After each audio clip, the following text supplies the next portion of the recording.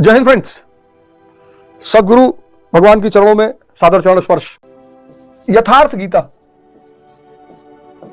मानव जीवन के उत्थान, मानव जीवन के उत्थान का शास्त्र। बहुत सारे लोग पूछते हैं कि भैया जीवन का उद्देश्य क्या है। बहुत सारे लोग, लाखों हजारों लोगों का प्रश्न है कि जीवन का उद्देश्य क्या है। उत्थान, एवोल्यूशन।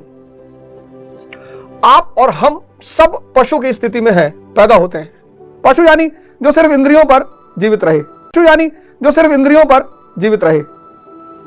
हनुमान जी बंदर हैं, लेकिन प्रभु की शरण में आकर, राम को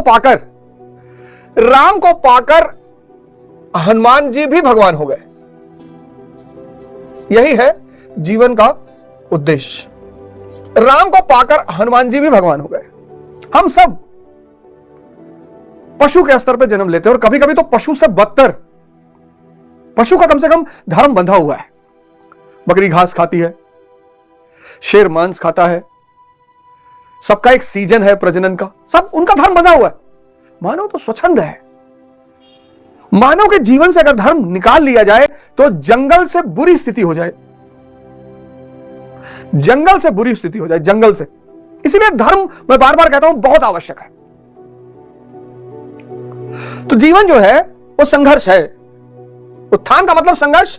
अब जीवन जो है संघर्ष। अब इस संघर्ष 95% लोग संघर्ष से बचना चाहते हैं, बस वही परेशान है। 95% लोग संघर्ष से बचना चाहते हैं, बस वही परेशान है। इस संघर्ष से लड़ने का सूत्र खोजो। अगर यह लड़ने का सूत्र पता चल गया, बस जीवन आनंदमय हो जाएगा। बस जीवन युद्ध है और तुमको युद्ध की कला आ गई। पानी किसके लिए खतरा है? जो तैरना नहीं जानता। जो तैरना सीख गया उसके लिए पानी आनंद हो गया। दुर्योधन से बचो। ये दुर्योधन है, इससे बचना है। मैं दूषित धन, बाहर की तरफ भागता, प्रकृति की तरफ। बच्चे में दुर्योधन है ही नहीं। बच्चे में दुर्योधन इसलिए तो निर्मल है। बच्चे में दुर्योधन नहीं है और काशी उसकी बड़ी मजबूत है। काशी यानी शरीर। लेकिन आज बच्चे को भी दुर्योधन दिया जा रहा है, मोबाइल। ये बच्चे का दुर्योधन है मोबाइल। ये उसे बाहर की तरफ ले जा रहा है और जितना उसे बाहर की तरफ ले जाएगा उतना आंतरिक विकास की संभावनाएं कम होती जाएंगी। इसलिए आने वाले जनरेशन के साथ यह बहुत बड़ा खतरा है। बहुत सारे मां बाप हैं, काम कर रहे हैं, सेवा कर रहे हैं, सर्विस कर रहे हैं, तो अपने आप को बचाने के लिए, बड़ी माताएं भाई काम कर रही हैं, ऑफिस में जॉब कर रही हैं, अब उनको बच्चा नहीं चाहिए डिस्टर्ब करे तो मोबाइल पकड़ा दिया। कुछ और विकल्प निकालिए। हर चीज का कुछ ना कुछ अच्छा विकल्प होता है, कुछ और विकल्प निकालिए। पर यह मोबाइल बच्चे में भी दुर्योधन को पैदा कर रहा है। युवा दुर्योधन आ गया। दुर्योधन आ गया और काया भी मजबूत है। दुर्योधन मैं आ गया और काया भी मजबूत है। अब ये बाहर भागेगा, लेकिन बाहर इसको कुछ मिलेगा नहीं। आज का युवा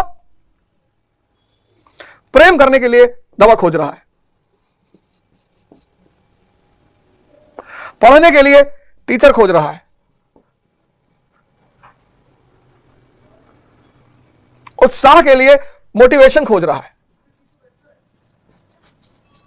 क्योंकि निरंतर बाहर भाग रहा है। निरंतर है ही नहीं अंदर। चैतन्य से उसका संबंध बिल्कुल टूटता जा रहा है, आंतरिक रूप से एकदम खोखला होता जा रहा है। प्रेम की दवा ढूंढ रहा है, प्रेम की। मन को शांत रखने के लिए नशा कर रहा है। मन अशांत क्यों है? मन को शांत रखने के लिए नशा कर रहा है।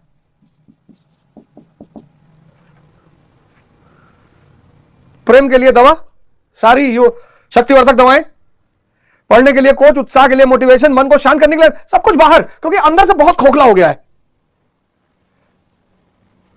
उसका दुर्योधन बहुत मजबूत हो गया है, उसको पता ही नहीं चल पा रहा है। बाहर है, बाहर किताब पढ़ रहा है, कुछ हजम नहीं हो रहा है। और आनंद अंतस चेतना का है। कितनी भी सुंदर स्त्री सामने बैठी हो, कितना भी सुंदर पुरुष सामने बैठा हो, अगर आप शांत नहीं है, निरर्थक है, निरर्थक है। महा अजय संसार रिप जीत सके सो वीर, तुलसीदास जी मानस में कहते हैं, महा अजय संसार रिप जीत सके सो वीर। संसार ही दुश्मन है, बाहर जितना जितना बाहर भागोगे। इसलिए युवाओं को ध्यान करना चाहिए। और जब युवा अवस्था ध्यान में बीतेगी, ध्यान में पढ़ाई करो, ध्यान में प्रेम करो, ध्यान सब कुछ ध्यान में करो, हर कृत्य को ध्यान बना लो, खेलने को ध्यान बना लो, सारे कृत्य को ध्यान बना लो। क्योंकि अगर ऐसा नहीं हुआ तो जो तीसरा चरण है वृद्धावस्था, वृद्धावस्था, अगर यहां दुर्योधन बहुत मजबूत हो गया, दुर्योधन अति मजबूत, अति, और काया काशी कमजोर हो जाएगी, इंद्रिय सुख खत्म हो जाएगा, बस यही नर्क हो जाएगा। यही है नर्क कि 70 साल की उम्र में कर कुछ नहीं सकते, तमन्ना सारी है, तमन्ना सारी बची है और ताकत है ही नहीं। तब इससे क्या होगा? तमन्ना सारी बची है और ताकत है ही नहीं, इससे क्या होगा? फ्रस्ट्रेशन पैदा हो जाएगा। यही फ्रस्ट्रेशन कई तरह की बीमारियों को जन्म दे देगा। और इन बीमारियों के साथ अगर 70 से 90 तक जिंदा रहना पड़ा, बस वही नर्क है, बस वही नर्क है। और वृद्धा अवस्था अगर बीमारियों से मुक्त है, बस वही स्वर्ग है। स्वर्ग और नर्क काशी में ही घटता है। तो पिछले जो एपिसोड था उसमें मैंने एक आदमी का नाम लिया, आपको बताया, शिखंडी। बड़ा आश्चर्य हुआ होगा आपको इस नायक के बारे में सुनकर। चिंतन पद्धति बढ़ाइए इसको। हर अर्जुन को जरूरत है, हर अर्जुन को, हर अर्जुन को इसकी जरूरत है। किसका विनाश करने के लिए? भीष्म का। यानी भ्रम, भ्रम खत्म, इच्छा खत्म। शरीर भोग नहीं सकते, गाड़ी भोग नहीं सकते, मकान भोग नहीं सकते, ये सब भोग ही नहीं सकते। तभी तो कहा गया सद चित आनंद। जिसका चित सत्य से जुड़ गया बस वही आनंद में है। तो जब शरीर भोग नहीं सकते तब बस एक बात क्लियर हो गई कि पत्नी को सम्मान करना है, इज्जत देना। अब जिंदगी किस पे आ जाएगी? जरूरतों पे।